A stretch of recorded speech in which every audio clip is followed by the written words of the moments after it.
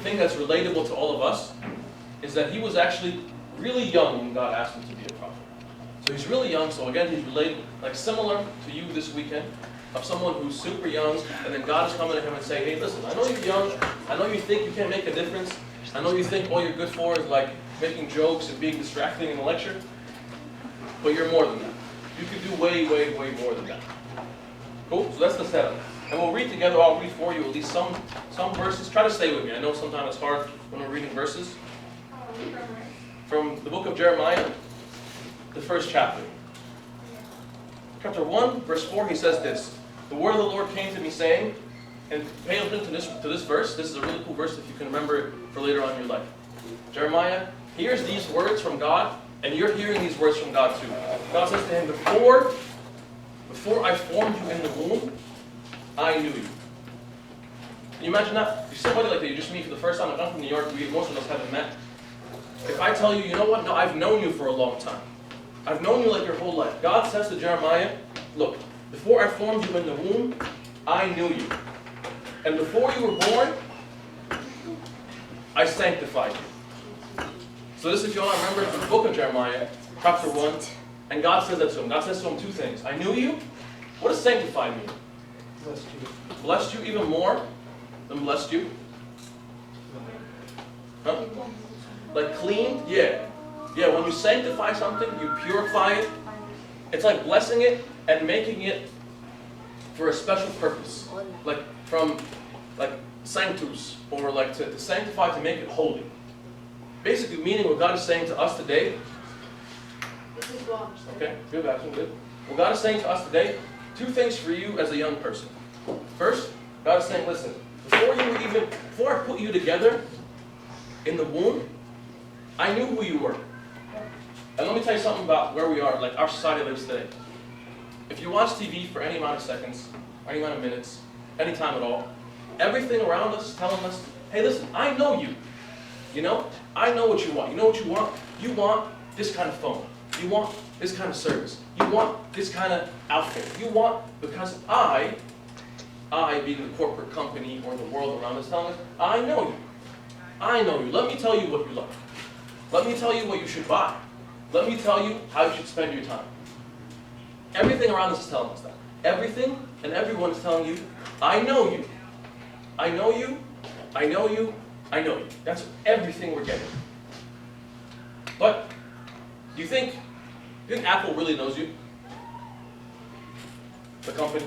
Yeah. Do you think they really know who you are as a person, what you care about, what your dreams are, what you want to be when you grow up? Or do they care? Or do they know your wallet?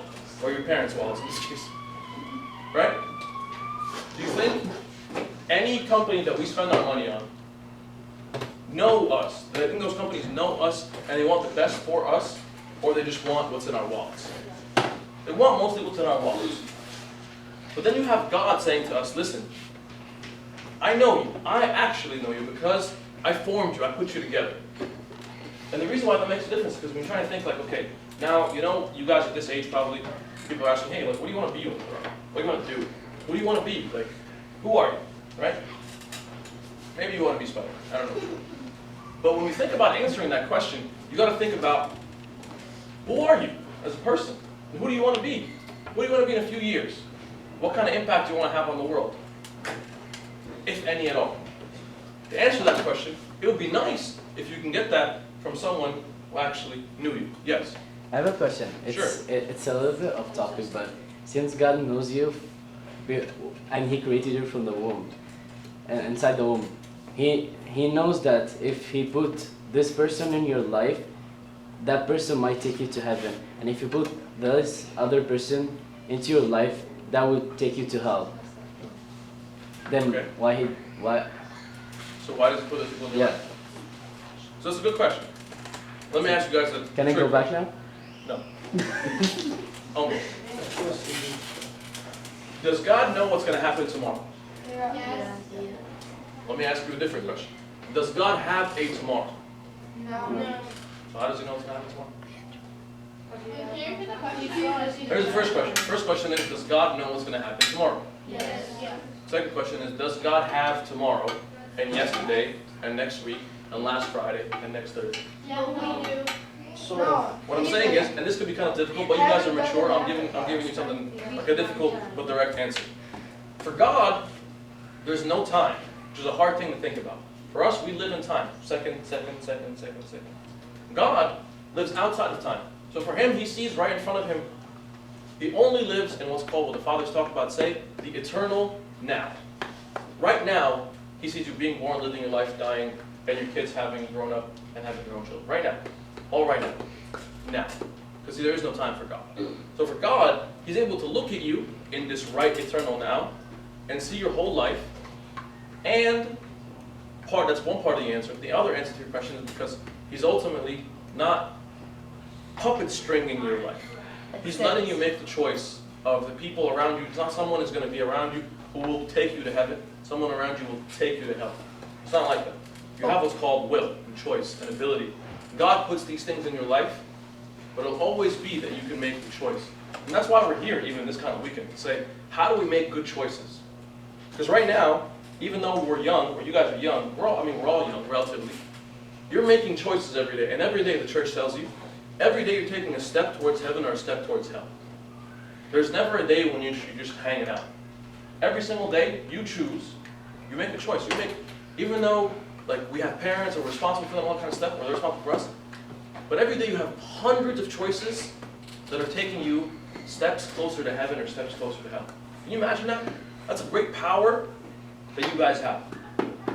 Your parents aren't watching over you every single second of the day, saying, make good choices, choose heaven, choose God, choose God. It's your choice. Right? Does that answer a little bit? Yeah. Yes, sir. I want to ask something that has nothing to. That's fine. Is poker wrong already? Is what? Is poker. Is it like a bad thing? It's card games, like poker. Yeah. So from the church standpoint, is if you play a game like poker, and you're not playing it for money, and you're playing it to enjoy it, same thing as playing FIFA. Right? But if you're playing a card game, and you're playing it for money, and you're exchanging hands, then it's gambling, and it's a sin because it can lead to an addictive behavior. But in FIFA, you play with money. So this It is could be the wrong. same. Well, too. but it's in the But game. coins. If you play FIFA for money, like if I beat you, you give me $10. If you beat me, I give you $10. That's wrong. You No, shouldn't do that. I Oh, think today he I means- just spent $9 on FIFA. Escape. Yeah. That's They're wrong. playing for To money. get a For pack? us, we would say that's not true. Oh, really? Shh. Sit-ups. Yes. أنا لازم نخرج من المكان ده. Shh. This guy won. Just a little louder. I can never hear you.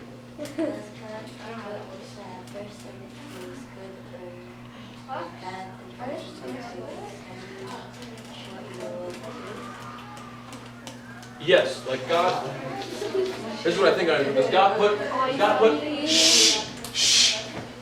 Does God put people in your life who are good or bad to help encourage you? Is that what you're saying? So what? To test you. Oh, to examine you. So here's the thing with God testing you. God is not like teachers in school who are going to give you a test oh, let me see how you do. God's not like that. God's a father who loves you at the end of the day. So he's not just sitting there saying, ha, let me see if she gets it. Let me see if she passes. And what Sayyidina was even saying in one of the lectures here, and there's an expression in the liturgy where we pray, God, lead us throughout the way to your kingdom. And lead us throughout the way, what that means is, hold us hand in hand, hold our hand to the kingdom.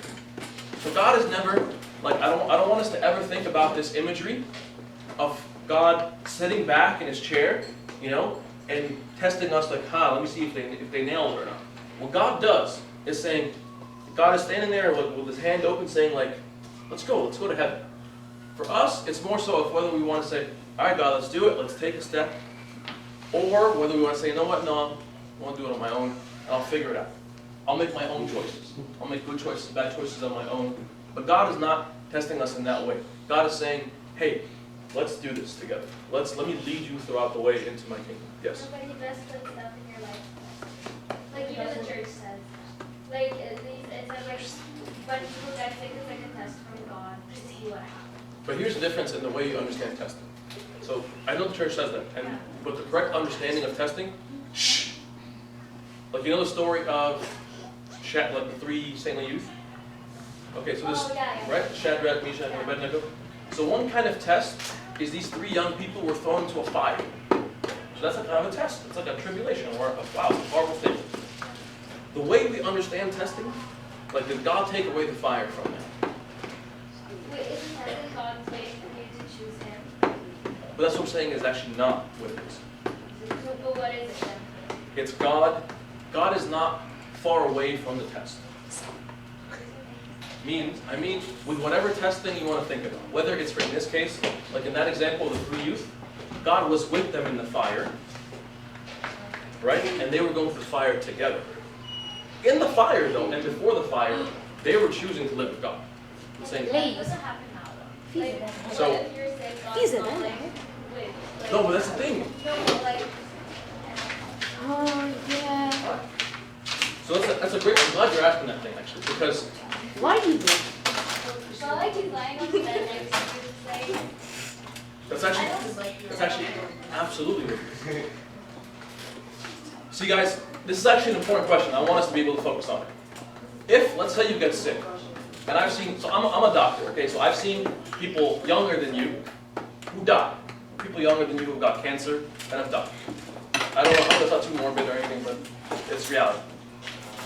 If any of us were to get sick, okay, and we're sitting there lying in a hospital bed, is our belief, our Christian teaching? Oh, wait. I have a question. Just 1 second, let me just finish this. But why lying Please. on the bed? Please, no. Don't die. Please. Why? Why I have a question. dying? But this is why I want you to not think about it that way. But why is it there then? Why does it happen? Why does it happen? Why does it all that happen? Okay, so let's take it one thing at a time. Okay. One bit at a time, okay? Are we all still in place? No. Who's in the front? Can I go to the washroom? Thank you. Thanks so much. Thanks so much. I appreciate it. I really do appreciate it. No, okay.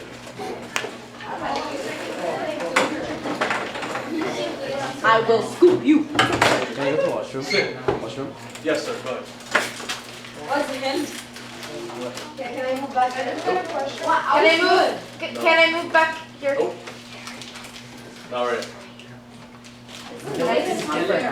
Longer than I expected. Guys, let me just give you this, let me just tell you this, since we're on topic anyway. But it's an important thing to Ice understand. cream.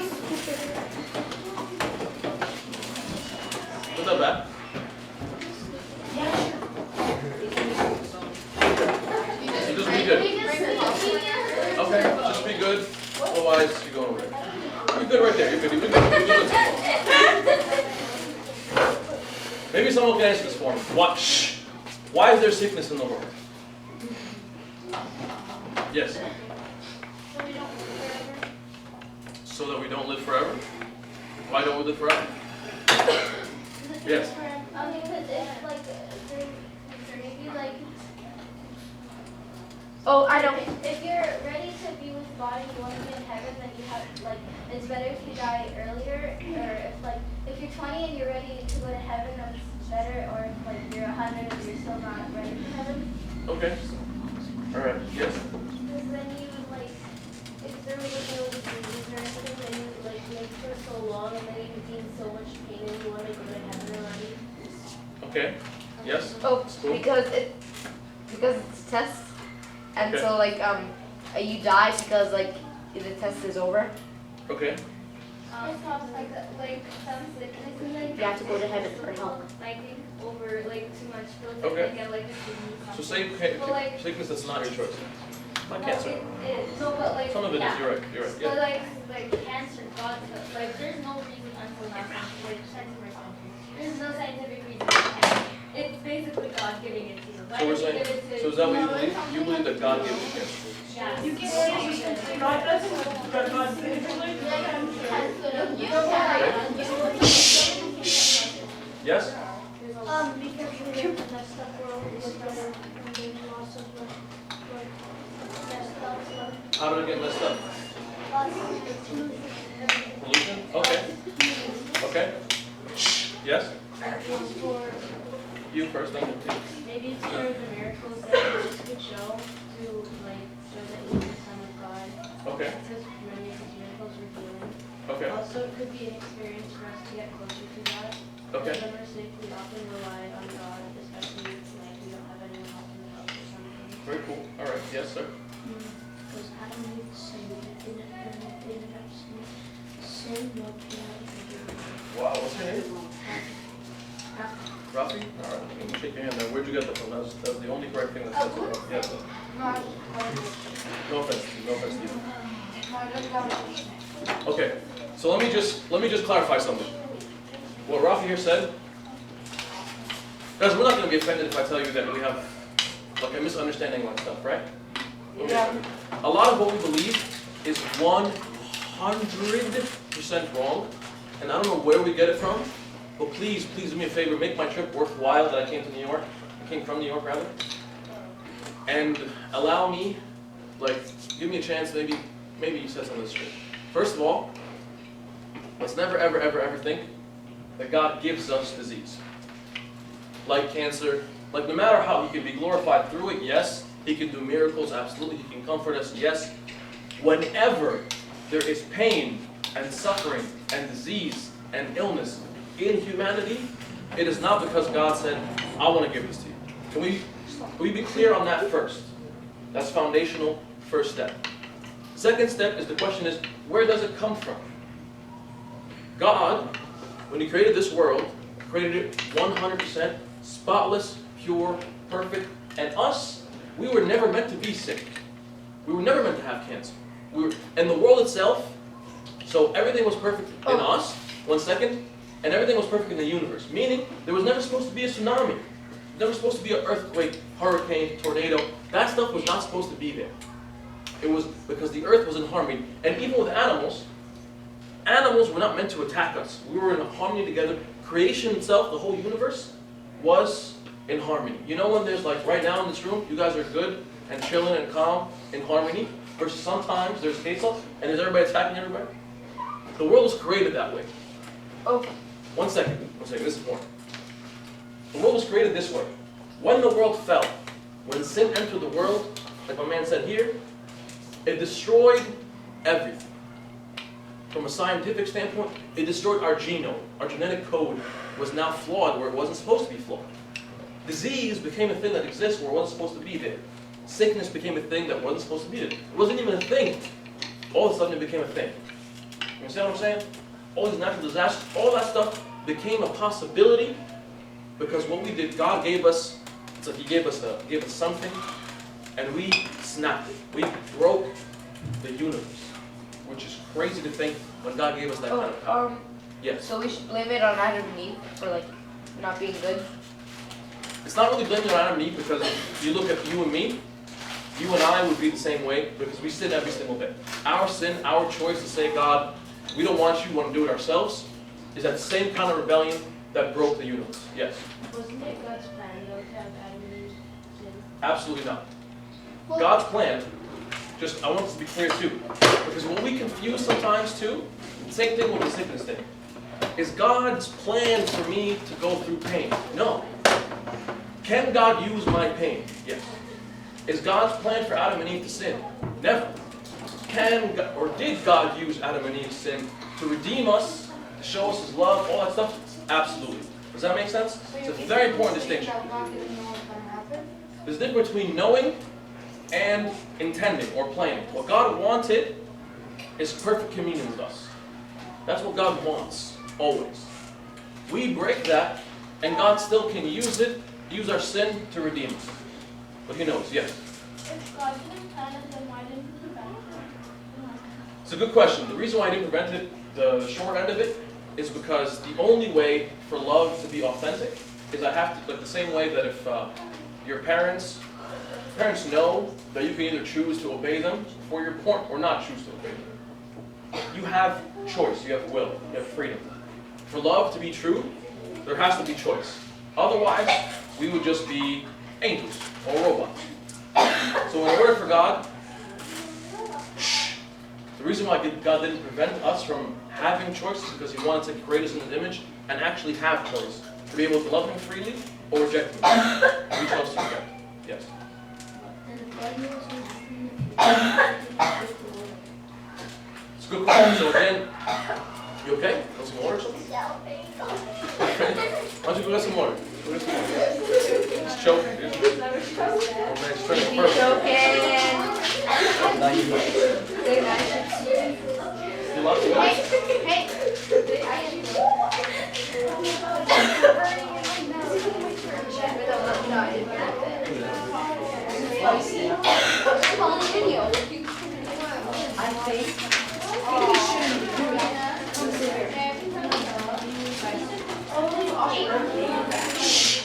Okay, real quick. The question was why, if God knew what was going to happen, why did He create us to begin with, right? It's the same way. Have you guys ever annoyed your parents? Yes. Yeah? Let me tell you how. I can guarantee you your parents knew that you were going to annoy them before you were born. Yep. Guarantee you. But, in the same way, parents loved us and wanted us to be born to be able to have a loving relationship with them. They were going to risk the disobedience. Does that make sense?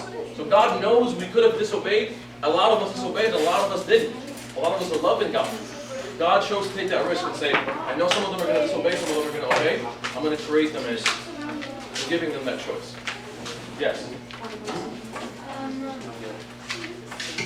Yeah? Next, yes. So I'm going to go back to the first point.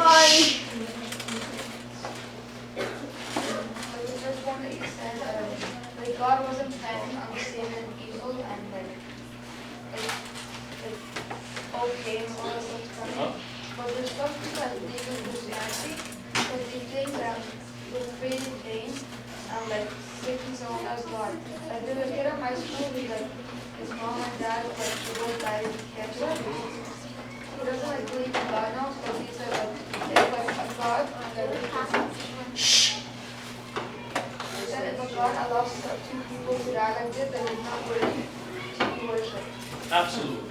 And that's why it's so important for us to have the correct understanding about cancer specifically and pain. Because if we have the wrong one, and this is someone just in your school, right? If your response to him was, no, well, God created pain and cancer so that we can love Him more, or that He can be glorified through, or any nonsense like that, that's wrong and hurtful and offensive, it's going to just make things worse. But if you're able to take this guy and say, hey, listen, let's just regroup. Cancer didn't come from God. Well, this is what I'm trying to tell you. Here's the thing. If you knew the future, then why isn't He allowed cancer to get Let me tell it to you like this. Okay, let's do it one more time real quick. Imagine if I gave you something if there's a light bulb, right? A light bulb that doesn't have a battery, you gotta plug it in. Okay? If it's turned on and it's lit and it's plugged in, and I go and you tell me, hey Mina, do me a favor, watch over my light bulb. This is my favorite light bulb, keep it lit and keep it plugged in, everything's good. Cool. If I go in now and unplug the light bulb, are you going to tell me, or would I be able to say, hey, why did you create darkness? You didn't create darkness. Me, Mina, did what you didn't want me to do. I unplugged the light. The natural consequence is darkness. There's only one life, one source of life in the universe, and that's Jesus. Only one source of health, only one source of wholeness, and that's Jesus. There's only one outlet in the whole universe. Shh. If we unplug it from the one outlet, the natural consequence is death. Things will deteriorate. Cells that are supposed to act normally will not act normally anymore. Natural consequence. You unplug light, you get darkness. Okay, but what if God is in your life? This is what I'm saying. It's not just now. I'm saying all the way from the beginning. That's where cancer came from. The idea of cancer was because light got unplugged. Now Jesus came back in to the world to recreate it, to give us life. Even now we're dealing with the consequences of sin. The consequences are already there. So now I'm not getting cancer because I'm spiritual or not spiritual. People who are spiritual get cancer, like saints get cancer, and sinners get cancer. See what I'm saying? People who are spiritual get hit by buses, and people who are not spiritual get hit by buses. People who are spiritual get tornadoes, all that stuff. So those things are now no longer the direct cause of our sin, but the direct cause of sin that happened, like what we say in the liturgy, death entered into the world. Yes, sir. Okay, can I ask you a question that's like a different religious subject? Sure. Just about Christianity. Okay, so in the book of Revelation, this is a different subject too, so it says that Jesus will come again into the flesh to be the Savior of the world a second time. Mhm. And that's what comes with the Antichrist. Is that true that he will come like a second time? Yes. But how do you know like when and where? Yeah. So But is there any indications that show like when or? yes. So there. So it's a good question. So there's a yes and a no.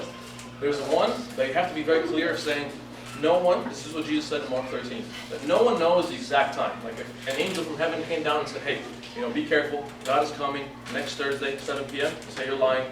You're not here.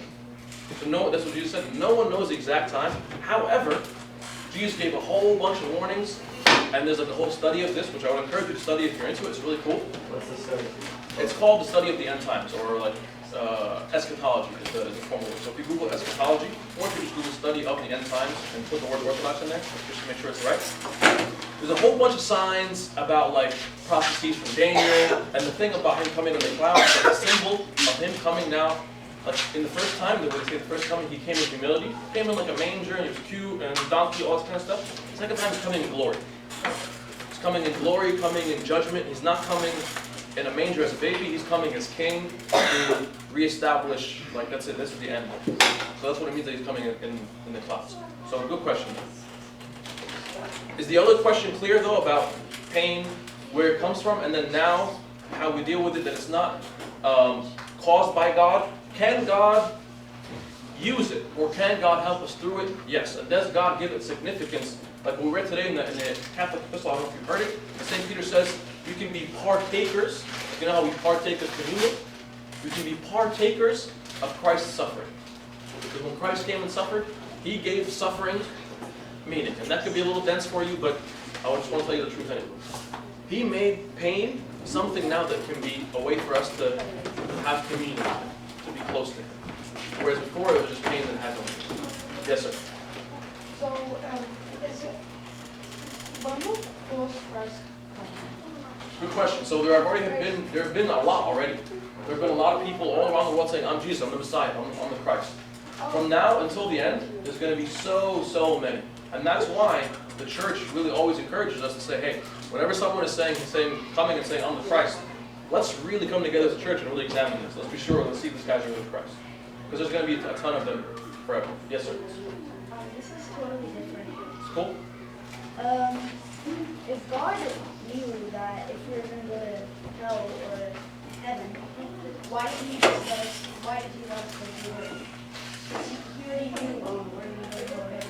Okay, cool. So in some forms, this question has come up a couple times. So let me clarify something about God's knowledge, right? And God's intervention. Let's say I have a time machine. Hi. Well, I have a time machine, and I go back last week, and I can see you doing everything that you're doing last week. Okay? I'm just watching you, not necessarily doing something. And now I come back to right now. Does me knowing what you're going to do affect what you're going to do? No. No, right? So there's a distinction between God's foreknowledge, God's knowledge of things, because again, remember, okay, let me just remind you of the true question. Does God know what's going to happen tomorrow? Yes or no? Maybe, Does God have it tomorrow? No, right? God has no tomorrow because God lives in the eternal now. God lives in the eternal right now. So right now, he sees you being born, having kids, dying, kids, getting kids, all that stuff. He sees that right now. Right now. Because he lives in the eternal right now. So the reason why we can say that God knows what's going to happen, what has happened, is because God sees it all in front of him at the moment. And why does he allow us to live through life and actually have life here on earth? Is because it wouldn't be fair and it wouldn't be like logical to, like, we wouldn't be able to stand in judgment and say, like, I lived my life and I chose. It wouldn't be a real choice. It would just be all in his head. I know what's going to happen and you're going to hell, heaven, hell. You know what I'm saying? At the end of the day, He lets you be here to make a choice every single day. To make your daily choice, step towards heaven or step towards hell. But what if I know that you're making bad choices? Then if He knows that you're going to make bad choices, then why does He make you succumb? So it's a good question. And our belief, our faith, is because, so St. Paul says, God desires that all men come to salvation in Timothy 4:11, I think. And it says that like it's say, you know, right now, if you know somebody that's like, maybe used to be in church. I have friends like this back home who used to be in church and then became hooked on heroin, you know, or like became whatever, did drugs and whatever. And it really hurts me. And I'm just a human, I'm just a regular dude. It hurts God way, way more. So when God sees us making a bad decision, our faith, our belief is that He's not just saying like, oh, that sucks.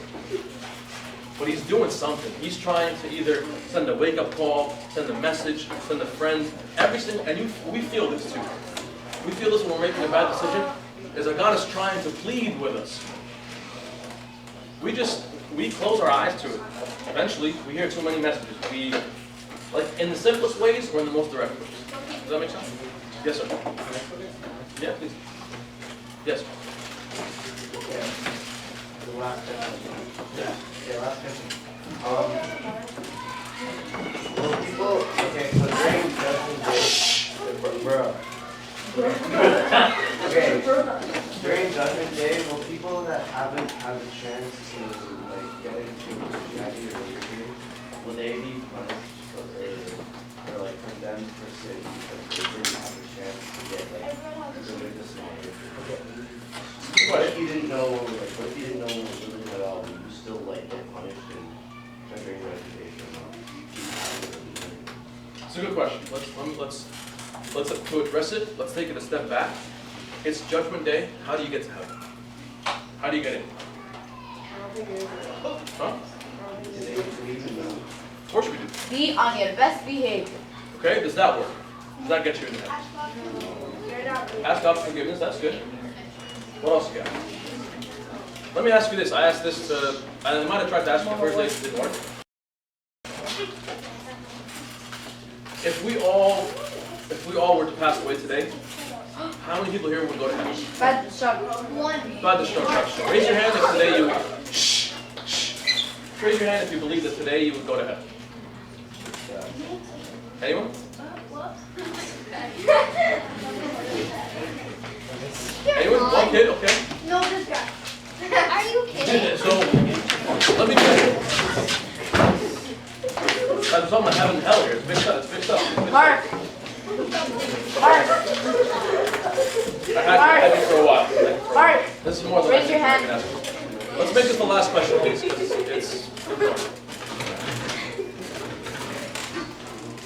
so I'll ask one more time. Are we saying that nobody here thinks they would go to heaven if they died today? Except me.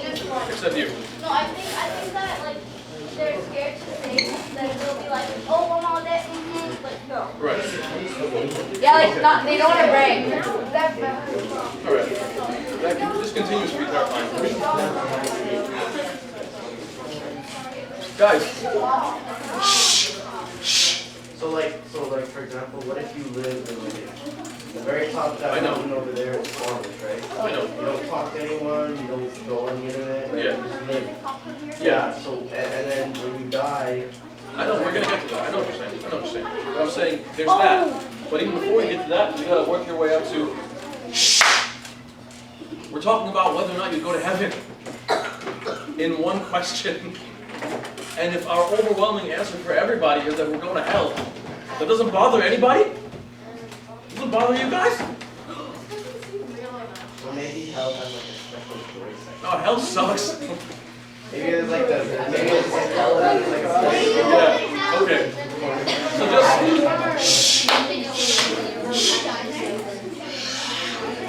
Guys, shush. Okay, so here's Newsflash. A couple of things just to note before we close. One, Jesus, who is super loving, super kind, awesome, spoke more about hell than he did about heaven. You know why? Because you know, yeah, that's exactly what. You know, there's like a, one second. You know how there's a really cute book called Heaven is for Real. Have you ever heard about the book? Oh, I've seen the movie. Cute. Yeah. You know what else is for real though? Hell is for real too. Yeah, they're both for real. The reason I tell you that, is because I know that the reason that when I ask you this question, everybody's answer is, I don't want to say that I'd be able to go to heaven because I don't want to say like, oh, I'm all that or whatever, or like it's about me. You know what that tells us? Is that we have no idea how people get into heaven. We have zero idea. And that is a little concerning because before we talk about Jeremiah and Bible stories and confession, heaven, we gotta go. It's boring. Here's how you go to heaven, people. If I didn't pay attention all day, I would pay attention to this part's important. Just 1 second. Okay?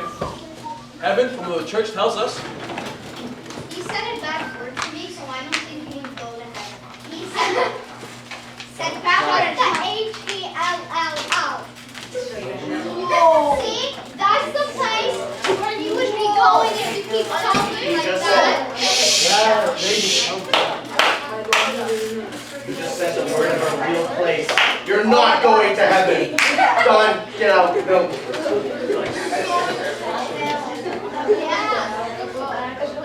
Let me just get this out, please. I can't go home without telling you this because I'll feel like I won't be able to say it. So, what's your name? Catherine. Catherine? You can call me Please. Cookie. Okay. Please. I prefer Cookie. Cookie, please. Exile, right here. Thank you. Right here.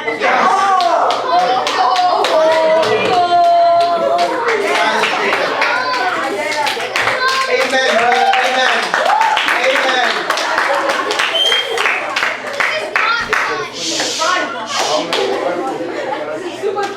Last thing, I promise. Last thing. Okay.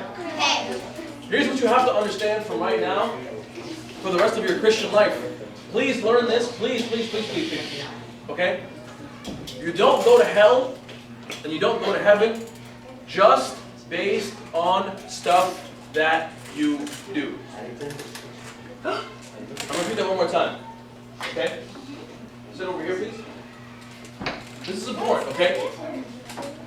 You don't, focus on me, please, Rakizm. You don't go to heaven based on stuff that you do, or you don't go to hell based on stuff that you don't do. The criteria, the way that you go into heaven, did you catch it today in this gospel today, his sermon? What is the way? Who is the way? Jesus. That is the criteria by which you go to heaven. And in the church, let me explain to you what I mean. In the church, what is the way that you get Jesus? The Eucharist, Mass and Communion.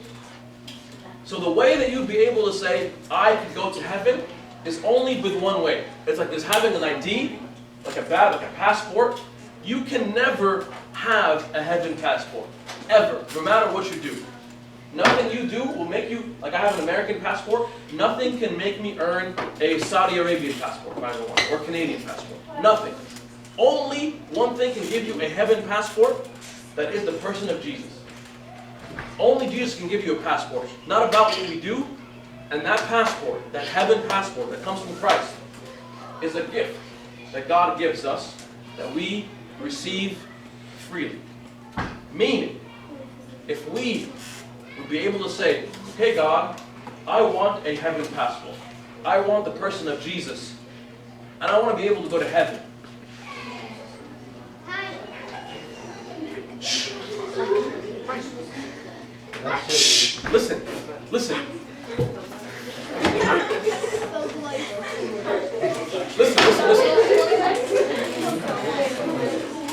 What it means is, God can give you this. God can give you this heaven passport freely. Not because you're a good boy or a good girl. Okay. But because it's a gift of God. Does that make sense? So if we're asked about how we're getting into heaven, It's not based on stuff that we're doing. It's based on the fact of we receive heaven as a gift from God. That's how you get to heaven. So you wouldn't have to be terrified of thinking about, am I doing? It's not about me. It's about God. And that's why in that question, there's two halves to it. There's the easier half of like at the end of the day, we trust in God's justice and His mercy, then He'll give everyone a fair shot. Shh, shh. And there's the more complicated, not the more complicated, but the more judgmental, the judging, the part that hits you more, part of, hey, listen, if we're all on a ship, and the ship is gone, and we're all perishing, the entire 6 billion people on earth, the natural place for us to all go, the natural place is hell. Because it's not about, again, it's not about doing good stuff and bad stuff, is that we're all sinking. The only way out of sinking is a lifeboat. And that So it's lifeboat, our fault? the thing is not our fault. It's not about whether that's our fault. That's why when people say like, good things, bad people, all that kind of stuff. Shh. The only lifeboat, the only life jacket is Christ. That idea, and because of that, the people now in our city, we don't get to have that lifeboat. I don't know how God's going to judge a person in Squamish Mountaintop. But there are people around you in your school that maybe if they heard a little bit something about that lifeboat in your life, they'll be like, I kind of like it.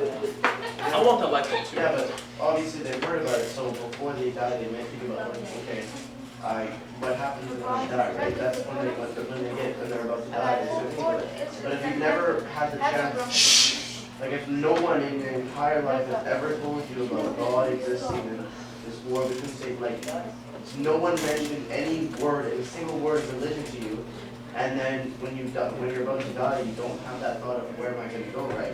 Because no one has ever told you about what's going to happen. Are you going to be like in hell or not? Sure. Yeah. When I was told me that God gives everything chance, no one is given no chance at all. So it depends on if they want to actually take that chance, but if they don't. Yeah. No, you're right. And the difficulty with that is, can we be able to say like how God will give people a chance? We don't really know. And that's the part of us trusting God and saying, as much as I want everybody to be saved, God wants it 1,000 times more. But so that's just a hypothetical, and then we're done. But the reality is, the truth is though, part of the chance that people get is us. And that's the part we just gloss over that part because we want to talk about the more interesting person in Squamish Mountaintop. That person, okay, like at the end of the day, what can you do? So I know that God is just, I know He's merciful, I know He's going to give them a chance.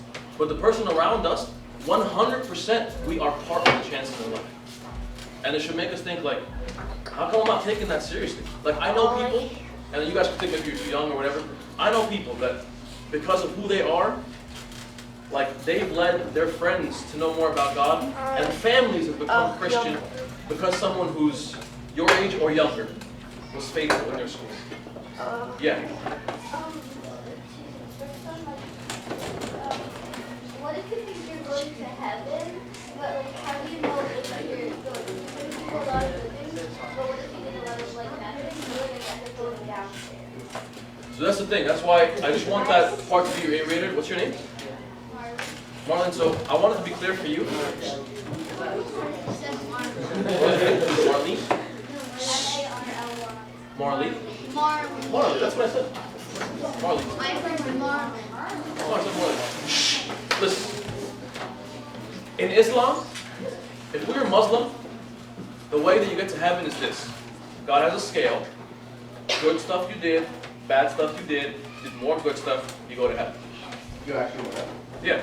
If you study the Quran, that's how it is. One at a time. Okay. That's judgment in Islam, in the Quran.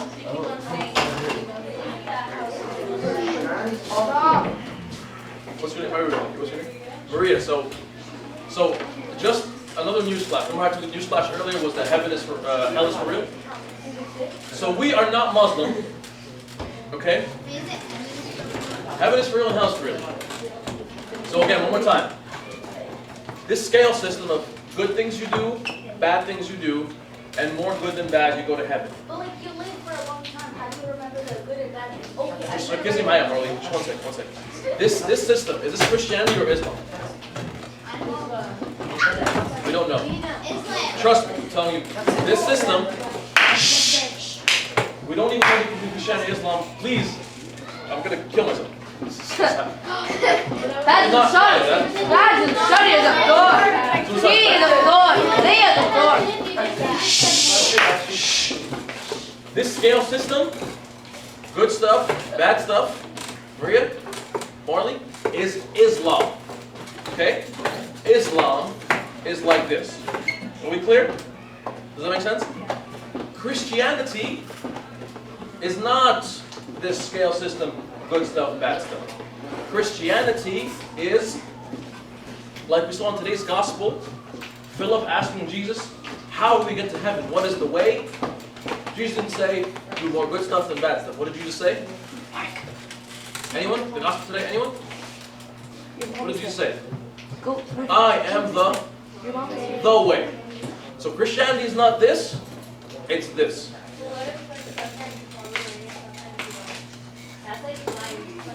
Sure. Is that once, so when you're going in a way, it's like if you're moving in a direction. Let's say I'm gonna walk from here to there. My general direction is that I'm going here. If I go a little bit this time, I'm still walking in the way. I stumble, I fall, I mess up, but I'm walking in the way. Because the way is Jesus. I'm walking in Christ. I'm being in the church. I'm following Him. I'm loving Him. Does that mean I'm not sinning? No. I'm sinning. I'm messing up, but I'm repenting. I'm falling, but I'm getting back up. That's me walking in the way.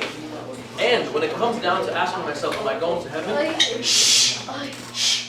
It's not about me doing good stuff or bad stuff. It's about me holding on to the one who takes people to heaven, who is the person of Jesus, who is the way. Does that make sense? I want the Christian Islam thing to be clear. Islam. Okay, yes. Yes.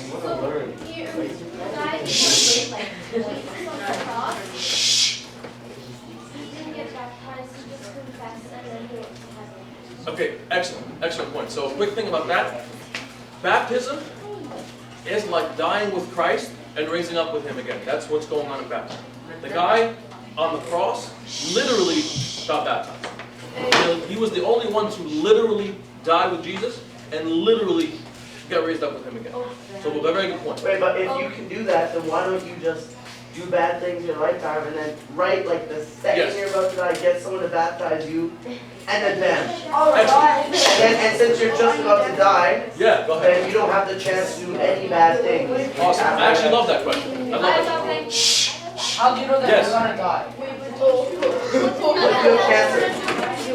Okay, that's a good point. Guys, quick note about this question because that's actually... We ran way over time. Guys, listen. I've heard you say. 1 second. Other man, that's the Thank you. 1 second, okay? And this probably will be our last question because we're going over time. Listen, this question, why are we bothering all this church stuff? Why don't we just wait? Even let's say if I did tell you, somehow you found out when you would die. You're going to die at 64 and a half. Okay? It's okay. Why would you not just wait until you're 64 and then do all the church stuff? Why do the church stuff now? You never know if you're going to. But I'm telling you, even if you did know. Here's the important thing about this. And this makes all the difference in what you're doing this weekend. If you believe that life with Jesus is legit, and it's actually, like we're not waiting to just, here's the thing I want you to remember. We're not waiting to just get into heaven. Heaven is waiting to get into us. We're waiting today to go to heaven. We're waiting today for heaven. You can live heaven today. So you don't want to wait till you're 64 and a half to just get baptized and go to heaven. It's not like, getting entrance into a school or something. It's that God is saying, hey, there's an amazing opportunity today. You get to experience heaven if you want. You want heaven today? No. I'm just going to mess around, do some other stuff. And like C.S. Lewis says, like we sometimes think of our desires is that like, oh, we want like so much stuff, we want food and I say no, we want little dumb crumbs.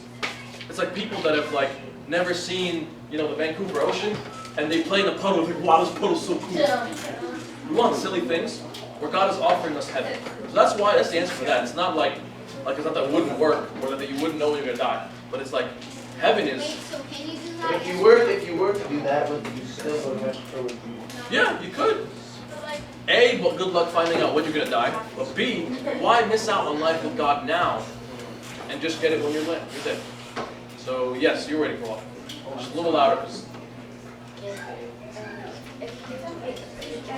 See, but Yeah. Louder, yeah, Habibi. you have,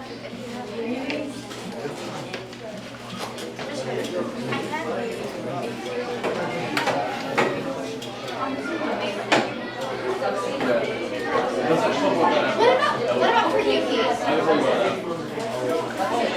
I'm sorry. Alright, sorry, for the sake of time, we gotta end. If you have other questions, ask them to the board. Thank you for listening though, this was way better than I expected. Thank you.